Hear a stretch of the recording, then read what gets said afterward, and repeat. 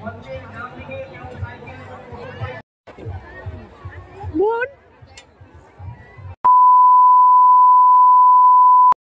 নমস্কার বন্ধুরা, তোমাদের সকলে সুস্থতা কামনা করে সৌমেনের সারাদিনের আরও একটি নতুন দিনে গুড মর্নিং জানিয়ে ওয়েলকাম জানালাম আমার আরও একটি নতুন ভিডিওতে। আজকে টাইটেল আর থাম্বনেল দেখে নিশ্চয়ই বুঝতে পেরে গেছো ভিডিওটি কি হতে চলেছে। তাই তোমাদের প্রত্যেককেই অনুরোধ রাখলাম কেউ ভিডিওটি স্কিপ না করে শেষ পর্যন্ত দেখো। আশা করি আজকের ভিডিওটি দেখতে তোমাদের বেশ ভালো লাগবে ও অনেকটাই উপকার হবে, কারণ আমার জীবনে গত বছর আজকের দিনে একটা মিরাক্কেল ঘটে গেছিল, সেটাই তোমাদের সঙ্গে শেয়ার করব। দেখবে প্রত্যেকের জীবনে অনেক অনেক কাজে লাগবে। চলো বেশি কথা না বলে ভিডিওটি শুরু করা যাক আর দেখতে থাকো। আজকে হলো চড়ক সংক্রান্তি। স্কুল কলেজ সব কিছুই কিন্তু বন্ধ। ছোট্ট ছোট্ট ছেলে মেয়ে থেকে বড়দের মধ্যে প্রচুর আনন্দ। চড়ক জিনিসটা কখনোর জন্যই পুরনো হয় না। বিভিন্ন জন বিভিন্ন রকম চিন্তা ভাবনা করে। আমরা যেহেতু ছোট ছোট ছেলে মেয়েকে নিয়ে থাকি, তো আমাদের মধ্যে চলতে থাকে যে ছোট্ট ছোট্ট ছেলে মেয়ের জন্য চড়ক মেলায় গিয়ে কী কিনবো। আমরাও যখন ছোট ছোট ছিলাম বাবা মারাও কিন্তু এই চড়ক মেলাতে বিভিন্ন ছোট্ট ছোট্ট জিনিস কিনে দিত। আর চড়ক মেলার এই জিনিসগুলো আমাদের কাছে অনেকটাই আনন্দের। তো যাই হোক, সকালের কাজকর্ম সেরে নিয়েছি, স্নান পুজো করাও কমপ্লিট হয়ে গেছে দেখতেই পেলে। আর এই দিকে দেখো আমার ছেলে মেয়ে কিন্তু খাওয়া দাওয়া করে ঘুমিয়ে গেছে। অন্যান্য দিনের থেকে কিন্তু আজকে ওরা একটু তাড়াতাড়ি ঘুমিয়ে গেছে, কারণ বিকেলবেলা যে চড়ক মেলা দেখতে যাবে এই আনন্দে কিন্তু ওরা তাড়াতাড়ি ঘুমিয়ে গেছে। ঠিক গত বছরও এইভাবে আমাদের দিনটা কেটেছিল। সকাল সকাল যা কিছু কাজকর্ম থাকে সব কিছু কমপ্লিট করে ছেলে মেয়েকে তাড়াতাড়ি খাইয়ে ঘুম পাড়িয়ে দিয়েছিলাম, আর আমিও সমস্ত কাজকর্ম সেরে তাড়াতাড়ি যে উঠে চড়ক মেলা দেখতে যাব তার প্রস্তুতি নিয়েছিলাম। তো যাই হোক, খুব আনন্দের মধ্যেই দিনটা কাটছিল। আর মনের মধ্যে সবসময় এটাই হচ্ছিল যে কখন গিয়ে আমরা চড়ক মেলার ওখানে পৌঁছবো।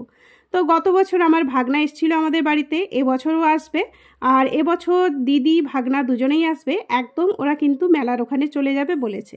খুব তাড়াতাড়ি উঠে কিন্তু দেখো আমি সমস্ত জামা কাপড়গুলো যে কাচাকুচি করে মেলে দিয়েছিলাম, যেহেতু বাড়ি ফিরতে সন্ধে হয়ে যাবে সেই কারণে কিন্তু তুলে দিয়ে এইদিকে ব্যাগ রেডি করছি। এবার বলি গত বছর আমার জীবনে কি মিরাক্কেল ঘটেছিল সেটা তো পরে বলছি। আগে দেখো আমি কিন্তু এই রকম চেনওয়ালা ব্যাগ নিয়েছি হাতে ঝোলানোর জন্য। এর মধ্যে জলের বোতল, টুকটাক জিনিস, ছাতা, এইরকম একটা ব্যাগ যদি কিছু কেনাকাটা করি। আর একটা হাতে আমার মানি ব্যাগ নিয়েছি, তাতে ফোন আর একটা পার্সের মধ্যে পয়সা টাকা এইগুলো আছে। তো এই দেখো আমিও রেডি হয়ে গেছি আর ছেলে মেয়েকেও রেডি করে দিয়েছি।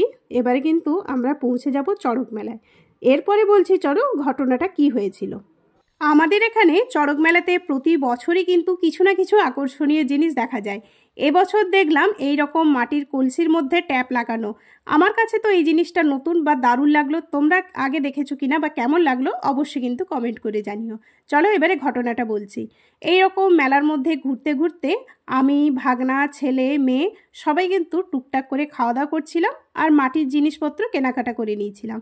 ছোট্ট ছোট্ট ছেলে মেয়েদের জন্য ছোট্ট ছোট্ট মাটির পুতুল, ঠাকুর, এইগুলো কিন্তু বেশ দারুণ লাগে আমার কাছে। এগুলো হচ্ছে চড়ক মেলার বিশেষত্ব। তো কেনাকাটা করে নিয়েছিলাম। এবারে দিদি ফোন করছিল ভাগনাকে পাঠিয়ে দেওয়ার জন্য, কারণ সন্ধে হয়ে আসছে, ও সাইকেল নিয়ে বাড়ি যাবে।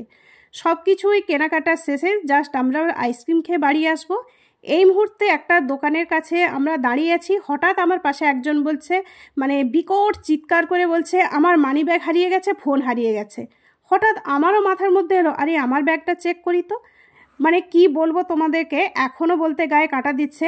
আমারই মানি ব্যাগ সহ মানে ফোনটা নেই, ওই পার্সের মধ্যেই কিন্তু আমি ফোন রেখে দিয়েছিলাম।